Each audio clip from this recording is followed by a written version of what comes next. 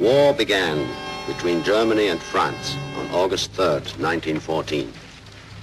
5 weeks later, the German army had smashed its way to within 18 miles of Paris. There, the battered French miraculously rallied their forces at the Marne River, and in a series of unexpected counterattacks drove the Germans back. The front was stabilized, and shortly afterwards developed into a continuous line of heavily fortified trenches, zigzagging their way 500 miles from the English Channel to the Swiss frontier. By 1916, after 2 grisly years of trench warfare, the battle lines had changed very little.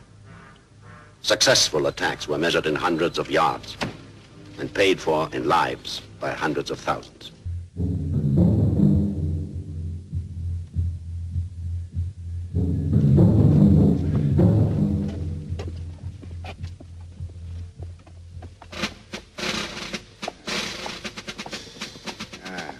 Yeah. Well, I've seen much more formidable objectives. Much, much worse.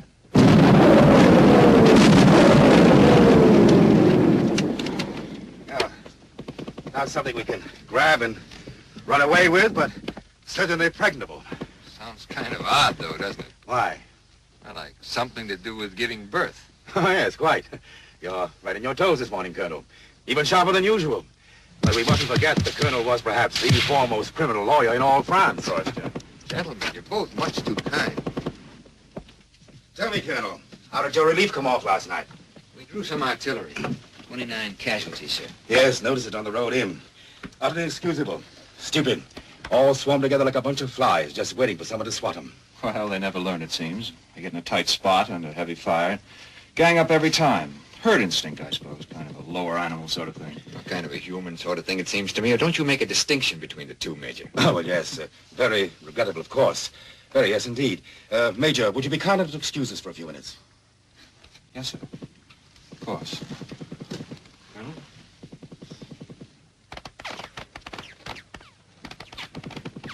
Well, Colonel, what do you think of it? What do I think of what, sir? The anthill. Colonel, your regiment is going to take the anthill tomorrow. You know the condition of my men, sir. Oh, naturally, men are going to have to be killed. Possibly a lot of them. They absorb bullets and shrapnel. And by doing so, make it possible for others to get through. What support will we have? I have none to give you. What sort of casualties do you anticipate, sir? Say 5% killed by our own barrage. It's a very generous allowance. 10% more in getting through no man's land, and 20% more getting through the wire. That leaves 65%, with the worst part of the job over. Let's say another 25% in actually taking the anthill.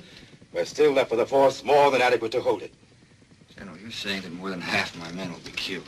Yes, it's a terrible price to pay, Colonel. But we will have the anthill. But will we, sir? I'm depending on you, Colonel. All France is depending on you. Am I amusing you, Colonel? Not a bull, General. I don't need a flag waved in front of me to get me to charge. I don't think I like your comparison of the flag of France to a bullfighter's cape. I meant nothing disrespectful to the flag of France, sir. Patriotism may be old-fashioned, but show me a patriot and I'll show you an honest man. Well, not everyone has always thought so. Samuel Johnson had something else to say about patriots. And what was that, may I ask? Well, nothing really. What do you mean, nothing really? Well, sir, nothing really important. Colonel, when I ask a question, it's always important. Now, who was this man? Samuel Johnson, sir. All right, now, what did he have to say about patriotism? He said it was the last refuge of the scoundrels, sir. I'm sorry. I meant nothing personal. You're tired, Dax. You're very tired. It's you who are exhausted, not your men. And it's my fault. I've given you one impossible task after another. You need rest. You need it badly. And you never would either. Therefore, you're not going to have any say-so about it, Colonel. As from right now, I'm ordering you on indefinite furlough. General, you can't take me away from my men. You can't do that to me, sir. Not to you, Dax. For you. For your good and for the good of your men. The good of my men, sir. If a commanding officer lacks confidence, what can we expect of his men?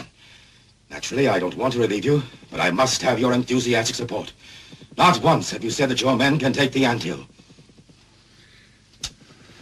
We'll take the anthill.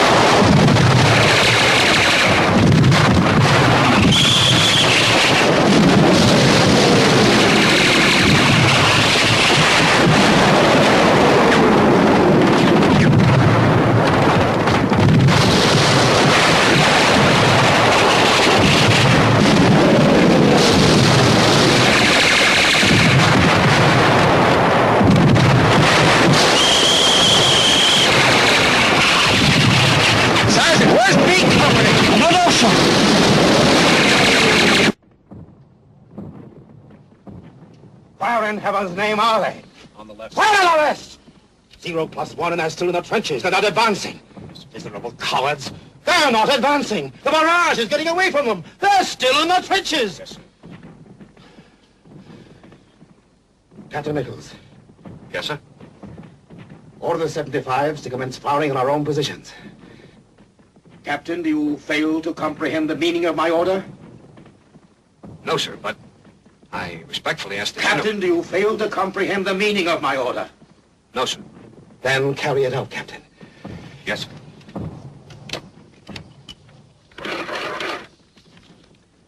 Hello, Polygon. This is Division.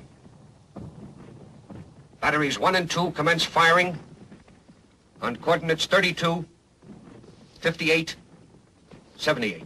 Batteries 1 and 2 to commence firing on coordinates 32, 58, 78. Over.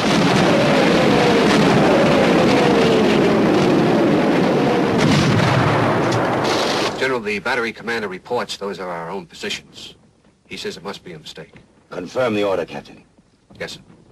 There is no mistake. The order is confirmed. Battery commander respectfully reports he cannot execute such an order unless it is in writing and signed by the general. Over. General, battery commander respectfully reports he cannot execute such an order unless it is in writing and signed by the general. Give me that phone. Yes, sir.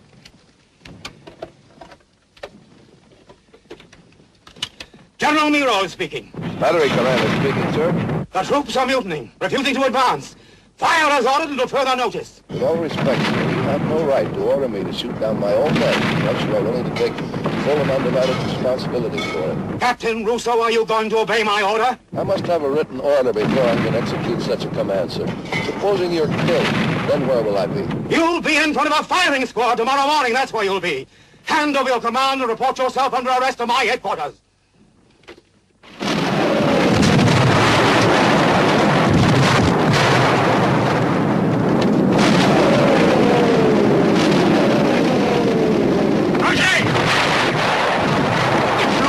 Jose, why are your men still in here? Impossible, sir. Major Vignon is dead. Get these men out of the trenches!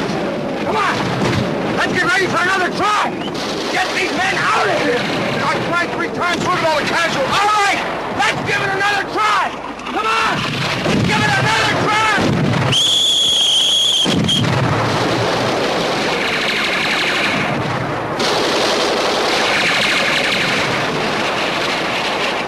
Impossible, sir. All the men are falling back. Sir, I respectfully submit to the colonel. Pardon? Your remarks to me were very unfair, sir. It's just impossible. It's just impossible. General, according to first reports, the attack has failed all along the line. Men are falling back to our own trenches. Major Saint-Aubin, arrange for the immediate relief of the 701st Regiment. Have them sent to the Chateau de l'Aigle. Have Colonel Dax report to my headquarters. Yes, Major Kudak, assemble a general court-martial. Have it ready to meet at 3 o'clock tomorrow afternoon.